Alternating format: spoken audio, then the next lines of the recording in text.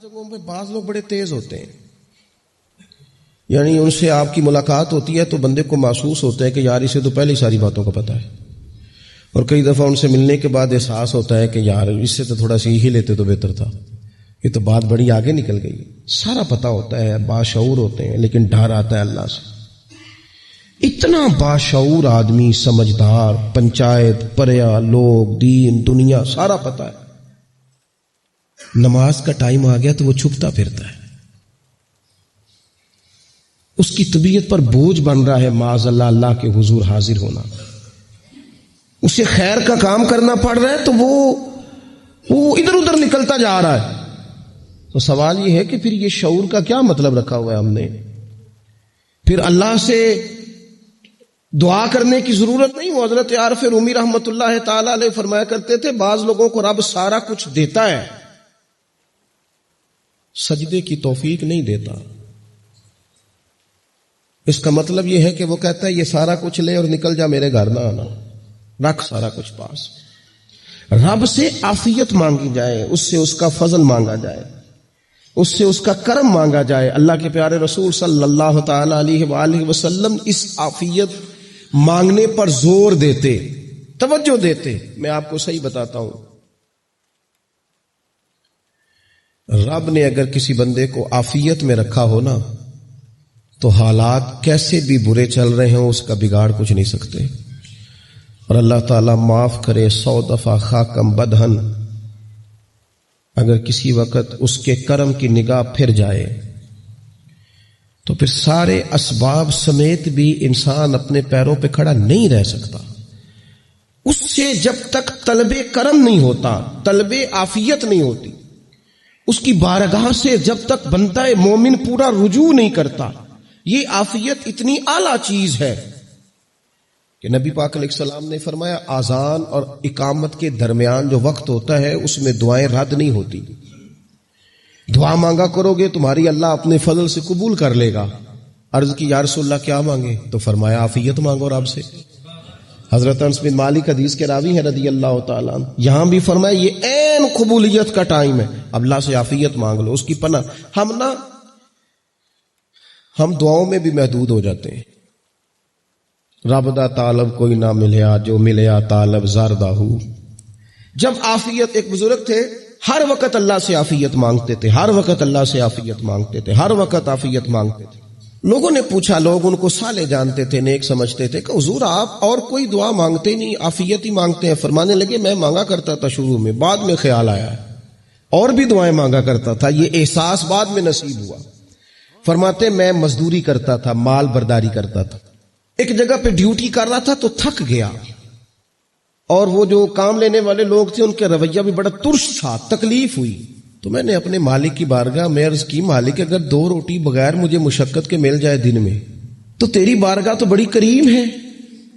کہتے ہیں میں نے یہ دعا مانگ لی، ذرا میں تھوڑا آگے بڑھا تو 2 بندے آپس میں لڑ رہے تھے، میں ان کی صلح کرانے کے لیے، انہیں بچانے کے لیے آگے بڑھا، تو میں جس کو چھڑا رہا تھا دوسرے نے میرے اوپر ضرب لگا دی، میرا بھی سر پھٹ گیا۔ تھوڑی دیر کے بعد وہاں پولیس آ گئی، وہ تینوں کو لڑنے والا سمجھ کے اٹھا کے لے گئے، مجھے جیل ہو گئی۔ 2 روٹیاں بغیر مشقت کے روز ملنی شروع ہو گئی۔ دعا مانگی تھی نا کہ یا اللہ 2 روٹیاں مل جائے نا بغیر مشقت کے، کہتے ہیں وہ 2 روٹیاں روز ملتی، کوئی کام نہیں کرنا پڑتا تھا، پر جیل ہو گئی۔ فرماتے میں بڑا پریشان تھا، روز روٹیاں پابندی سے آتی اور بہترین آتی، کھانا ملتا۔ پھر کچھ عرصے کے بعد میں نے سوچا کہ یار یہ دعا تو قبول ہو گئی نا تیری، اب تو اگر اس پر کوئی الگ بات کرے گا تو وہ تو غلط کرے گا۔ کہتے پھر خود ہی میرے دل میں اللہ نے بات ڈالی اور میں نے عرض کی مالک 2 روٹیاں نہیں، مجھے تو عافیت چاہیے، مجھے تو عافیت دے، میرے اوپر تو کرم فرما، تو نظر رحمت کر، جے ایک قطرہ بخشے مینوں، ایک قطرہ بخشے مینوں تے کام بن جاندا ہی میرا، مہربانی کر عافیت عطا کر۔ فرماتے پھر خدا نے کرم کیا، کہاں سے اسباب بنے میرے جیل سے چھوٹنے کے، کون کون میرے ضمانتی بنے اللہ ہی جانتا ہے۔ فرماتے ہیں دروازے بھی کھل گئے، رزق بھی ملتا ہے، صحت بھی میسر ہے، سجدہ بھی کر لیتا ہوں، سویرے تلاوت بھی کرتا ہوں، شام کو مدینے والے کی بارگاہ میں رج کے درود و سلام بھی عرض کرتا ہوں۔ میں ممکن ہوتا ہے تو کسی غریب کی داد رسی بھی کرتا ہوں. اب سمجھ آئی ہے. ربنا آتنا فی الدنیا حسنۃ وفی الآخرۃ حسنۃ وقنا عذاب النار. اب سمجھ آئی ہے رب سے جب بھی مانگنا ہے عافیت ہی مانگنی ہے, اس سے کرم مانگ. ہم نے محدود دعائیں رکھی ہوئی ہیں, محدود. وہ جی فلانا کام میرا ہو جائے تو بھئی وہ ایک ہو گیا, اس کے بعد پھر نئی ٹینشن بن جائے گی. نہیں, میں جی بچوں کی شادی کر لوں جی پھر میں فارغ ہوں. آپ شادی کر کے دیکھیں, لاگو پتہ جائے گا کیسے فارغ ہوتے. آپ یہاں رکتے کیوں ہیں؟ آپ خدا سے عافیت کیوں نہیں طلب کرتے؟ اس کی بارگاہ سے وہ کیوں نہیں مانگتے کہ جو ایک قطرہ ملے تو دنیا اور آخرت کے سارے کام ہو جائے؟ اس سے اس کی رحمت کا سوال کرے, اس سے اس کے کرم کا سوال کرے. اللہ کی بارگاہ میں بھی حاضر ہونا اور جچی تلی اور جناب ناپ تول کر اور محدود چیزوں کا سوال کرنا, مالک سے مانگے. اور وہ جب دیتا ہے تو دیتا بھی بے حساب ہی ہے. وہ جب عطا کرتا ہے تو کرم کے دروازے کھول کے عطا کرتا ہے, ورنہ تو ایک الجھن سے انسان نکلتا ہے دوسری میں الجھ جاتا ہے. ایک گتھی کو سلجھاتا ہے. پھر اقبال رو پڑے تھے, کہنے لگے میں عقل کی گتھیاں سلجھا چکا ہوں, یا رب مجھے صاحب جنوں کر دے. اللہ یہ بڑا میں نے ہیر پھیر دیکھ لیا, مجھے دیوانہ بنا. اب مجھے جنون ہو, اب میں کسی کے لیے رویا کروں, اب میں کسی کی یاد میں تڑپا کروں, اب میں رات کسی کے لیے میری آنکھیں بیدار رہیں. یہ بڑی ہو گئی دنیا داری. عقل کی گتھی حالانکہ نہیں سلجھتی, پر اقبال کہتے ہیں عقل کی گتھیاں سلجھا چکا ہوں, یا رب مجھے صاحب جنوں کر دے. اور پھر کہنے لگے بجھی عشق کی آگ اندھیر ہے. اب یہ مسلمان نہیں, یہ خاک کا ڈھیر ہے, تو مٹی بن کے رہ گیا. کیا کہاں اپنی ساری توجہات کا قبلہ کس چیز کو میرے عزیزو؟ اللہ سے عافیت. نبی پاک علیہ الصلوۃ والسلام نے ایک شخص سے پوچھا کیا دعا مانگ رہے ہو؟ تو اس نے کہا یا رسول اللہ میں اللہ کی بارگاہ میں صبر کا سوال کر رہا ہوں. تو حضور فرمانے لگے صبر تو مصیبت پر ہوتا ہے. یا رسول اللہ پھر کیا مانگوں؟ آپ ان جملوں اور لفظوں کی گہرائی کو سمجھیں. صبر کے لیے تو پہلے مصیبت آئے گی, پھر صبر آئے گا. تو یا رسول اللہ کیا مانگوں؟ فرمایا تو رب سے عافیت مانگ. مانا کیا ہے؟ مصیبت آئے کیوں؟ اللہ تجھے اپنی حفاظت کے حصار میں لے لے. وہ وقت ہی کیوں آئے کہ جب تیری طبیعت الجھ جائے, جب تو پریشان ہو جائے, جب تو تو اللہ سے عافیت مانگنا. جب تو عافیت مانگے گا تو اگر کبھی مشکل آئے گی بھی نا, تو خدا پھر اپنے فضل سے مشکل سے نکلنے میں رستہ بھی بڑی جلدی عطا فرمائے گا اور تیرے اوپر فضل فرمائے گا. اگر عافیت. ہارون رشید نا اپنے محل کی چھت پہ ٹہل رہا تھا, سب سے اوپر والے چوارے پر, نیچے سے حضرت بہلول دانا گزر رہے تھے. اوپر اس کے ساتھ سپاہی بھی تھے, گن مین بھی تھے. اس نے کہا یہ بابا تو ذرا اوپر اٹھاؤ. انہوں نے ایک ڈولی, ایک ٹوکری سمجھ لیں, اس کو رسیاں باندھ کے نیچے پھینکا.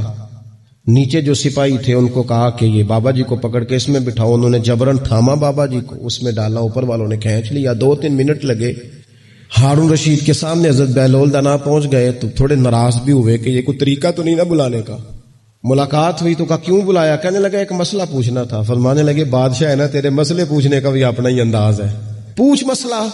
کہنے لگا بابا پوچھنا تھا کہ آپ اللہ تک کیسے پہنچے؟ حضرت بہلول دانا چپ کر گئے. 2-4 منٹ کے بعد کہنے لگے جس طرح ابھی زمین سے تیرے تک نہیں پہنچا, بالکل اسی طرح پہنچ گیا اور رب کریم کی بارگاہ تک. اور وہ بھی جو اس نے کرم فرمایا ہے, ورنہ میں تو نہیں سمجھتا کہ میں پہنچ گیا. وہ بھی اگر تیری خوش گمانی ہے.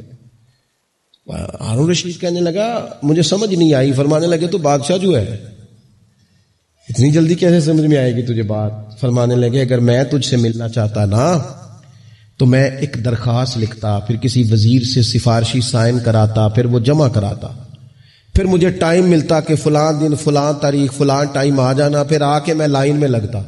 پھر بھی تو بادشاہ ہے, تیرا موڈ بنتا ملنے کا کہ نہ بنتا. جب میں چاہتا تو پتہ نہیں کتنا ٹائم لگ جاتا, جب تو نے چاہا ہے نا تو 1 منٹ بھی نہیں لگا. فرمانے لگے میں نے دعویٰ ہی نہیں کیا کہ میں جدوجہد کر کے پہنچوں گا. میں نے تو رب کی بارگاہ میں عاجزی کی ہے, پھر رب نے ہی کرم فرمایا ہے, اسی نے مہربانی کی ہے. مانا کہ محبت کے سفر میں ہر گام پہ 100 مشکل ہے, لیکن یہ سفر آسان بھی ہے. اگر ساتھ تمہارا ہو جائے, اس کے کرم کا ساتھ رہا ہے, اس سے عافیت مانگی ہے, اپنے آپ کو اس کے سپرد کیا ہے تو اس نے کرم کر دیا.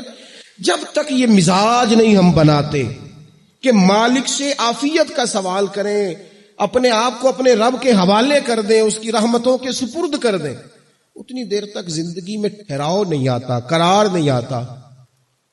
مشکات میں موجود ہے، اللہ کے پیارے رسول صلی اللہ تعالی علیہ وسلم تیمارداری کے لیے گئے تو صحابہ کرام فرماتے ہیں وہ بندہ نا اتنا پتلا نحیف اور لاغر ہو گیا تھا جس طرح چڑیا کا بچہ ہوتا ہے، کمزوری ضعف طاری تھا۔ تو محبوب کریم نے اسے دیکھا تو بڑے کریمانہ انداز میں کریم فرمانے لگے، تو کوئی دعا نہیں مانگتا، تو عافیت نہیں مانگتا اللہ سے؟